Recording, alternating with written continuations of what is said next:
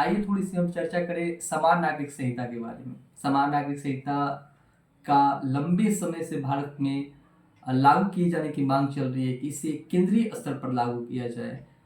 तो आज की जो चर्चा है वो है कि समान नागरिक संहिता क्या है और इसे लागू किए जाने के पक्ष और विपक्ष की बात करेंगे और जानेंगे कि समान नागरिक संहिता के लागू हो जाने के बाद क्या बदलाव आएंगे।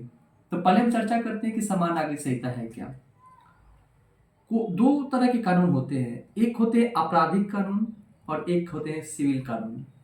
देखिए, आपराधिक कानून जो है उसमें भारत के हर वो नागरिक, हर वो व्यक्ति के लिए एक ही कानून है, चाहे वो किसी भी धर्म का हो, जाति का हो, संप्रदाय का हो, सभी के लिए एक कानून है। लेकिन जो सिविल मामले है क्या, जैसे विवाह हो गया, तलाक हो गया, उत्तराधिकार हो गया या फिर गुजारा भत्ता हो गया, ये सारे विषय जो है वो सिविल मामले में आते हैं।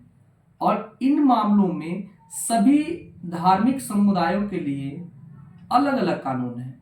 उन कोई जैसे मुस्लिम के लिए मुस्लिम पर्सनल लॉ के अकॉर्डिंग चलते हैं, शरिया कानून उसको कहते हैं। और हिंदू के लिए भी हिंदू जो पर्सनल लॉ है उसी के अकॉर्डिंग चलाया जा रहा है।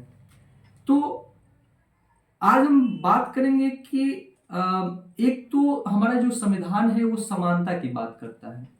इसके लागू अलग अलग कानून होने से एक तो समानता के अधिकार का उल्लंघन हो रहा है कि सभी व्यक्ति के लिए इसका, सभी अलग अलग समुदायों के लिए अलग अलग कानून है। दूसरा, इसमें भेदभाव भी हो रहे हैं, वो चाहे वो लिंग के स्तर पे हो, महिलाओं के साथ भेदभाव हो रहा है। तो इसके लागू किए जाने के जो पक्ष है वो सबसे बड़ा पक्ष है कि लोग इसको सोच रहे हैं कि धर्म उसकी उनकी धार्मिक भावना को ठेस पहुंचेगी इसके लागू हो जाने के बाद। लेकिन ऐसा नहीं है कि उनके धार्मिक भावना को ठेस पहुंचेगा। धर्म के दो विषय होते हैं, एक तो इसेंशियल पार्ट होता है, बहुत जरूरी विषय होता है जिससे धर्म की मूलभूत भावना खराब हो सकती है, और एक धर्म के जो होते हैं नॉन इसेंशियल पार्ट होते हैं। तो जो नॉन इसेंशियल पार्ट है, गैर जरूरी चीज जिससे धर्म की मूलभूत भावना नहीं खराब हो सकती है, तो उसको तो हम खत्म कर सकते हैं। और ये जो तलाक का विषय हो गया, गोद लेने की प्रथा हो गया या उत्तराधिकार, ये कहीं ना कहीं धर्म का जो है वो नॉन इसेंशियल पार्ट का विषय है।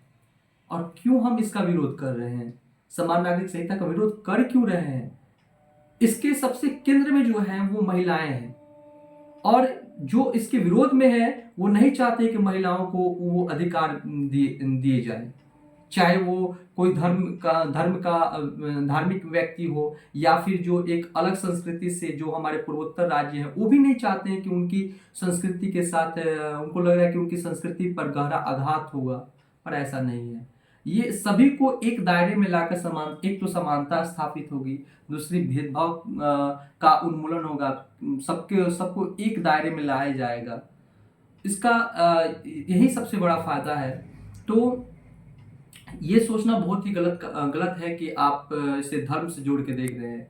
तो इससे महिलाओं का सशक्तिकरण होगा, क्योंकि जो जितने विषय हैं, चाहे वो तलाक का विषय हो, गोद लेने की प्रथा हो या फिर उत्तराधिकार का मामला हो या फिर आपका गुजारा भत्ता हो, ये सभी में कहीं ना कहीं महिलाओं का जो आघात हो रहा है महिलाओं पर, उनके साथ जो भेदभाव हो रहे हैं, ये हमारे संविधान के लोकतांत्रिक भावना के विरोध है। तो हमें इसे एक प्रगतिशील कानून मानकर इसके पक्ष में खड़े रहना चाहिए और इसे लागू किए जाने के पक्ष में होना चाहिए। और हमें धर्म की भावना से बाहर निकल के सोचना होगा, क्योंकि धर्म व्यक्तिगत होनी चाहिए और बाहर में सभी के साथ हमें एक इक्वालिटी के साथ, भाईचारे के साथ, सहिष्णुता के साथ रहना चाहिए, ताकि जो हमारा जो विश्व में जो भारत है वो इसी के लिए जाना चाहता है कि इतनी विविधता होने के बाद भी हम लोग एक भाईचारे के साथ रहते हैं। तो हमें इस कानून का स्वागत करना चाहिए और इसके पक्ष में ही खड़े रहना चाहिए, ना कि इसे धर्म से जोड़कर इसके विरोध में खड़े रहना चाहिए। सो आज का बस इतना ही। Thank you for watching my video.